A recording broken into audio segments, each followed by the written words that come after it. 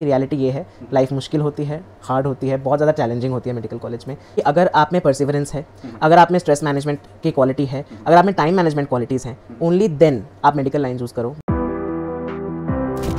नमस्कार दोस्तों, स्वागत है आपका हमारे YouTube चैनल एडमिशन गुरु पर। मैं हूं आरजे नवनीत आपके साथ। और दोस्तों, आज हमारे साथ एक बड़ी खास मेहमान मौजूद है, तो आइए इनसे बातचीत करते हैं और जानते हैं कि इनकी मेडिकल करियर की जो जर्नी है वो कैसी चल रही है। हाय रात्रि, कैसे हैं आप? मैं बिल्कुल ठीक हूँ। हाँ, तो रात्रि, मैं जानना चाहूँगा आपसे कि जो आपकी मेडिकल करियर की शुरुआत है वो कहाँ से हुई, क्या मोटिवेशन थी, किन चीज़ों ने आपको ड्राइव किया कि आप मेडिकल लाइन परस्यू करें? सबसे पहले तो वही रहता है कि जब आपको 10th तक बायोलॉजी में बहुत ज़्यादा इंटरेस्ट होता है, जिन भी स्टूडेंट्स को बायोलॉजी में काफ़ी इंटरेस्ट होता है वो मेडिकल लाइन परस्यू करने का ही थॉट उनको सबसे पहले आता है। तो मेरा भी यही था, यही मेरा ड्राइविंग फोर्स था कि मेरे को बायोलॉजी पसंद थी, तो मैंने मेडिकल लाइन को चूज़ किया। देन 11th-12th में जब हम आए तो हमने मेडिकल लाइन के बारे में और ज़्यादा डिटेल में पता चला। ऑब्वियसली पढ़ाई के साथ साथ हम रिसर्च भी करते रहते थे कि मेडिकल लाइन में क्या होता है, क्या नहीं होता है, क्या अपॉर्चुनिटीज़ होती हैं। एंड जब हमने ये सब रिसर्च करी उसके बाद पता चला कि हाँ, MBBS की लाइन में जो है काफ़ी कुछ करने को मिलता है। सबसे पहले तो आपको ह्यूमैनिटी को एंड मैनकाइंड को सर्व करने मिलता है, and it is a very good line, बहुत अच्छी लाइन है। अर्निंग्स के लिए भी काफ़ी अच्छी लाइन है एंड काफ़ी रिस्पेक्ट भी मिलती है। तो that is why I decided to go with this line. ठीक है, तो मुझे बताइए कि इसमें पेरेंट्स का भी कुछ आपके रोल था कि उन्होंने आपको ऑप्शन दिखाया या फिर थोड़ा बहुत फोर्स किया या फिर कन्विंस करने की कोशिश की कि आप मेडिकल लाइन परस्यू करें? मेरा हमेशा से ही दो चॉइसेस पे ही हमेशा माइंड फिक्स था। या तो बिकॉज मेरे को दो सब्जेक्ट्स बहुत अच्छे लगते थे टिल 10th, मुझे हिस्ट्री बहुत अच्छी लगती थी, मुझे बायोलॉजी बहुत अच्छी लगती थी। तो मेरा हमेशा से ये था, either I will take arts जिसमें मैं हिस्ट्री पे ज़्यादा फोकस रखूँगा, और आई विल टेक बायोलॉजी। तो काफ़ी 10th के एंड तक काफ़ी ज़्यादा डिलेमा था कि क्या लूँ and then at the end मैंने मेडिकल ही लिया। पेरेंट्स का बस यही था कि पेरेंट्स ने बोला हम भी साइंस बैकग्राउंड के हैं, so if you will go for the science background हमारी तरफ से भी काफ़ी हेल्प मिलेगी, जो कि डेफिनेटली मिली, क्योंकि मेरे father physics and chemistry and maths background के हैं। तो फिजिक्स एंड केमिस्ट्री में उनकी तरफ से मुझे काफ़ी ज़्यादा गाइडेंस मिली। अपार्ट फ्रॉम टीचर्स उन्होंने मुझे बहुत गाइड किया, मेरी मदर ने भी मुझे बहुत गाइड किया।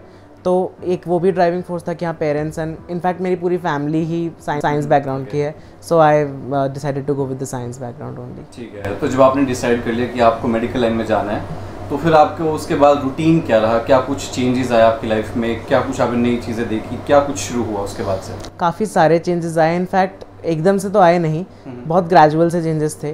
बिकॉज 10th तक पढ़ाई काफ़ी ज़्यादा कम होती है, to be very very honest. 10th के बच्चों को लगता है कि उनकी पढ़ाई बहुत ज़्यादा है, पर जब 11th-12th में आते हैं तो आपको रियलाइज़ होता है कि वो पढ़ाई तो कुछ भी नहीं थी।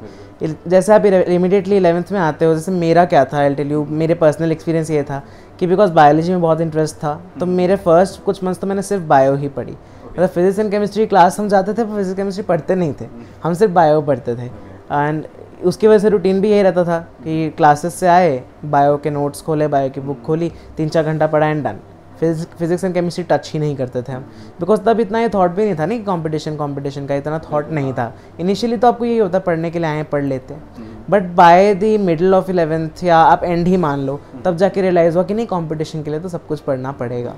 तो by the end of 11th मेरा शेड्यूल काफ़ी चेंज हुआ। इनफैक्ट मैंने अपने लाइफ में भी बहुत चेंजेस किए, लाइफ स्टाइल बदलनी पड़ी। I switch from a smartphone to a tip वाला फ़ोन राइट। तो वो तो स्विच आया, फ़ोन में स्विच आया, लाइफ स्टाइल में स्विच आया।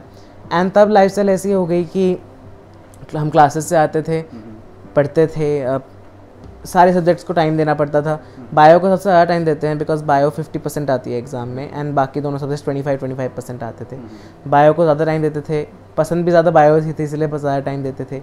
फिर फिजिक्स एंड केमिस्ट्री को टाइम देते थे, एंड बाय दिस टाइम आपको क्वेश्चन सॉल्व करने पे भी फोकस करना होता है। सिर्फ पढ़ने से काम नहीं चलता, you have to solve questions to understand the thing. तो हम क्वेश्चन सॉल्व करते थे डेली का डेली, एंड आई थिंक इतने में तो बहुत रात हो जाती थी। स्लीप शेड्यूल की तो बैंड बज चुकी थी अच्छे से बैंड बज चुकी थी। मतलब 11th एंड 12th में तो स्लीप शेड्यूल जो ख़राब हुआ है मेरा, वो कभी भी नहीं हुआ। देन 12th में आया मैं, कोविड आया, 2020 की बात है। कोविड में इनिशियली तो काफ़ी कंफर्टेबल टाइम लगा कि बाहर नहीं जाना पड़ रहा, इंटरेक्ट नहीं करना पड़ रहा लोगों से, अपना घर में अपने में ही मस्त है। 2-3 महीने तो बहुत ही अच्छे कटे मेरे कोविड वाले। 3rd-4th मंथ से रियलाइज़ हुआ कि नहीं, इंटरेक्शन, सोशल इंटरेक्शन काफ़ी ज़रूरी है, और उसके बिना काफ़ी डल सी हो गई है life. And in fact at that time I went into mild kind of depression. So वो डिप्रेशन की वजह से मेरे पढ़ाई में भी उस टाइम पे डिप आया। फॉर 3 to 4 मंथ्स काफ़ी ज़्यादा डिप आया, बिल्कुल सडन डिप आया। बट डिप आना भी ज़रूरी था। एक डिप आता है तभी आप राइज़ कर पाते हो। तो वो डिप ने मुझे बहुत कुछ सिखाया। वंस जब मैं उभरा उस डिप पे से, उभरने के बाद जो मेरी लाइफ में और ज़्यादा चेंजेस आए, जो मैंने पहले चेंजेस किए थे उससे भी बेटर चेंजेस आए। एक पॉजिटिव एटीट्यूड डेवलप हुआ उसके बाद, एंड जो वीक पॉइंट्स थे उस पर फोकस किया। तो ऐसा 11th-12th की जर्नी तो मेरी इसी तरह से निकली थी। तो ये इन अ क्रक्स बोल लो, इन अ जिस्ट बोल लो, मेरा ऐसा था 11th और 12th का जर्नी। तो जब आप नीट की प्रिपरेशन कर रहे थे तो उस टाइम आपके माइंड में कुछ चीज़ें होंगी कि जब अगर नीट क्रैक हो जाता है, मैं क्लियर कर लेता हूँ एग्ज़ाम, और फिर उसके बाद जो एडमिशन होगा, जो फिर MBBS लाइफ होगी वो कैसी होगी। तो जो आपने टाइम गुजारा प्रिपरेशन में और फिर उसके बाद जो MBBS अभी आप कर रहे हैं, परस्यू कर रहे हैं, तो इन दोनों लाइफ्स में क्या डिफरेंस है? बहुत ज़्यादा डिफरेंस है, बहुत ज़्यादा डिफरेंस है। इनफैक्ट जो हमारे दिमाग में इनकलकेट किया जाता है ड्यूरिंग 11th-12th पे बहुत ज़्यादा डेल्यूशनल चीज़ें हैं। ऐसा कुछ भी नहीं होता है जो हमें बताया जाता है मेडिकल कॉलेज में। मज़े होते हैं, ये होता है, वो होता है, हॉस्टल लाइफ इज़ वेरी फ़न, पढ़ाई पढ़ने में मज़ा आता है। All of this is just delusion, कुछ नहीं है, ऐसा कुछ भी नहीं होता। बहुत स्ट्रेसफुल लाइफ होती है एक MBBS स्टूडेंट की। पढ़ाई पढ़ाई पढ़ाई पढ़ाई पढ़ाई यही सब चलता रहता है। वंस इन अ वाइल कोई कॉलेज फेस्ट आ जाता है तो हम थोड़ा एंजॉय कर लेते हैं, otherwise it's a very very stressful life. Basically क्या है, 11th और 12th में टीचर्स आपको एक्साइट करेंगे ही करेंगे, बट ऑब्वियस सी बात है कि आपको वो बोलेंगे कि MBBS लाइफ फ़न होती है, MBBS लाइफ में ये होता है, ड्यूरिंग MBBS ये होता है, आफ्टर MBBS ये होता है। ये सब चीज़ों को हाइप करने के लिए है। बेसिकली आपको ड्राइविंग फोर्स देने के लिए कि आप MBBS करोगे तो आपके साथ ये होगा, बट रियलिटी ये नहीं है। सारे बच्चों को रियलिटी पता होनी चाहिए कि रियलिटी ये है, लाइफ मुश्किल होती है, हार्ड होती है, बहुत ज़्यादा चैलेंजिंग होती है मेडिकल कॉलेज में, नॉट जस्ट इन स्टडीज़ के बेसिस पे। चलो मैं तो घर पे रहता हूँ क्योंकि मेरा कॉलेज घर से बहुत पास है। जो हॉस्टलर्स होते हैं उनकी लाइफ और ज़्यादा चैलेंजिंग होती है, because they have to deal with so many different kind of things. अगर आप गवर्नमेंट कॉलेज में जाते हैं, हॉस्टल्स आर नॉट कंफर्टेबल। कहीं पे फ़ैन नहीं चल रहा, कहीं पे ACs लगाना अलाउड नहीं है।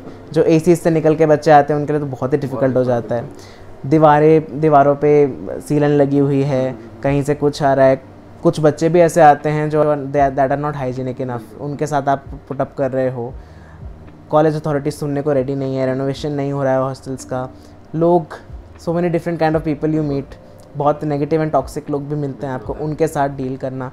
And in fact as a day scholar also, even not as a hosteller, मुझे ऐसे लोगों के साथ डील करना पड़ता है। सो यू कैन इमेजिन कि हॉस्टलर को किस तरह से डील करना पड़ता है। देन आप घर से दूर आ गए हो, पहले तो लगेगा इंडिपेंडेंस मिल गई है, धीरे धीरे आपको होमसिक फील होना शुरू हो जाएगा।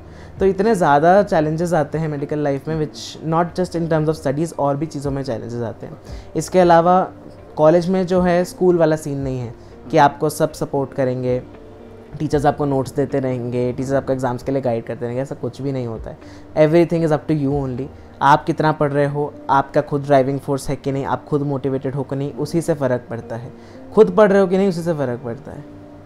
ओके ऋत्विक, मुझे बताएं कि जो भी चैलेंजेस आते हैं कॉलेज लाइफ में, MBBS लाइफ में, तो उनसे डील करने का क्या तरीका रहना चाहिए? क्योंकि आपने फेस किया, आपने डील भी किया होगा, तो आपको क्या लगता है क्या क्या प्रोसेस है, क्या क्या चीज़ें जिनसे आप डील कर सकते हैं इन चीज़ों से? इनसे डील करने का बस एक ही तरीका है, बिकॉज देखो स्ट्रेस सबकी लाइफ में आता है, एंड स्ट्रेस में सबकी लाइफ में डिप्स भी आते हैं। अगर स्ट्रेस है तो डिप्स आएंगे। द मोस्ट इंपॉर्टेंट इज़ कि आप उस डिप से उभर कैसे रहे हो। बिकॉज हमारे MBBS लाइफ में, if I give an example, exams आते हैं तो डिप्स आते हैं, मूड में डिप्स आते हैं, आप डिप्रेस हो जाते हैं, बिकॉज सिलेबस इतना ज़्यादा ह्यूज चंक ऑफ सिलेबस आता है हर एग्ज़ाम में। सिलेबस इतना होता है कि आप कंप्लीट तक नहीं कर पाते, रिवाइज करना तो बहुत दूर की बात है। सिलेबस कंप्लीट तक नहीं हो पाता, रिविजन तो बिल्कुल ही नहीं हो पाती है, तो तब एक नेगेटिव फेज आता है लाइफ का। But after your exams over आप वापस पॉजिटिव एटीट्यूड रखो। बेसिकली यही चीज़ है कि एग्ज़ाम्स को आप एज अ बर्डन ना लो। आप सीखने के लिए आए हो, लर्निंग करने के लिए आए हो, आप एग्ज़ाम्स में मार्क्स स्कोर करने के लिए नहीं आए हो। अगर आप एग्ज़ाम में मार्क्स स्कोर नहीं कर पाते हो, इट्स टोटली फाइन। आप सीखो, आपको सीखने को मिल रहा है ना। अगर आपको वो नॉलेज रिटेन हो रही है, that is the most important thing. वो नॉलेज रिटेन होगी तभी आप आगे जाके और चीज़ें समझ पाओगे। बिकॉज सारे जो हमारे प्रोफेशनल ईयर्स हैं, first, second, third, fourth, interlinked है। आपने फर्स्ट ईयर में टॉप कर लिया, बट आपको कुछ नॉलेज नहीं अटेन हुई, तो आप थर्ड एंड फोर्थ ईयर में तो कुछ भी आपको समझ में ही नहीं आएगा। हो सकता है आपको रिपीट तक करना पड़े वो फर्स्ट ईयर के सब्जेक्ट्स, तो फिर से पढ़ने पड़े दोबारा। तो लर्निंग पे फोकस करो, रोट लर्निंग पे फोकस नहीं करना है। और अगर आपको सिलेबस ख़त्म नहीं होता तो उसके बारे में ज़्यादा नहीं सोचना है। बस ये 3-4 चीज़ें हैं जिनको ध्यान रख के पढ़ाई करनी होती है मेडिकल कॉलेज में। ऋत्विक, मुझे बताइए कि जो आपकी MBBS लाइफ अभी चल रही है, तो क्या कुछ ऐसी टिप्स एंड एडवाइस आप देना चाहो, क्योंकि जैसे आपने बताया कि काफ़ी डिप्रेसिंग होते, काफ़ी अप्स एंड डाउन्स आते हैं लाइफ में, तो जो नए बच्चे हैं जो परस्यू करना चाहते हैं मेडिकल लाइन के अंदर, तो ये सब बातें सुनकर तो उन्हें बिल्कुल डर लगेगा ही कि मुझे MBBS करनी चाहिए नहीं करनी चाहिए, तो उन नए बच्चों को आप क्या बताना चाहोगे? मैं तो बस यही बोलना चाहूँगा कि बहुत सोच समझ के लाइन चूज़ करो अपनी, think twice before choosing your line, क्योंकि अगर आप में परसिवरेंस है, अगर आप में स्ट्रेस मैनेजमेंट की क्वालिटी है, अगर आप में टाइम मैनेजमेंट क्वालिटीज़ हैं, ओनली देन आप मेडिकल लाइन चूज़ करो। बिकॉज स्ट्रेस आएगा, बिल्कुल आएगा, आप उसे अवॉइड नहीं कर पाओगे। चाहे जितने भी फ्री माइंडेड इंसान हो, आपको स्ट्रेस फील होगा ही होगा। चाहे आपको फर्स्ट ईयर में नहीं हुआ, सेकंड में नहीं हुआ, थर्ड में, फाइनल में तो पक्का होगा। Because final is the most stressful year of our lifes. हमारे सबसे ज़्यादा सब्जेक्ट्स फाइनल में होते हैं, सबसे ज़्यादा क्लिनिकल फाइनल्स में होते हैं, हमारी सबसे ज़्यादा हॉस्पिटल पोस्टिंग्स फाइनल में होती है। अगर आपको फर्स्ट सेकंड थर्ड में भी नहीं आया स्ट्रेस, तो फाइनल में तो पक्का से पक्का आएगा। इनफैक्ट फर्स्ट ईयर में टॉप करने वाले बच्चे तक फाइनल ईयर में फेल हो सकते हैं, इतना ज़्यादा ड्रास्टिक होता है फाइनल ईयर। तो अगर आप में परसिवरेंस वाली क्वालिटीज़ हैं, अगर आप ले सकते हो स्ट्रेस को, अगर आप टॉलरेट कर सकते हो एंड उससे उभर सकते हो, only then you choose a medical line. अगर आपको लगता है कि मैं स्ट्रेस नहीं टॉलरेट कर सकता हूँ, तो आप प्लीज़ मेडिकल लाइन चूज़ मत ही करो। बिकॉज अगर आपने 11th एंड 12th सर्वाइव कर भी लिया, आप मेडिकल कॉलेज सर्वाइव नहीं कर पाओगे। मेडिकल फील्ड में इतने सुसाइड्स क्यों होते हैं कि बच्चे बिना सोचे मेडिकल ले लेते हैं।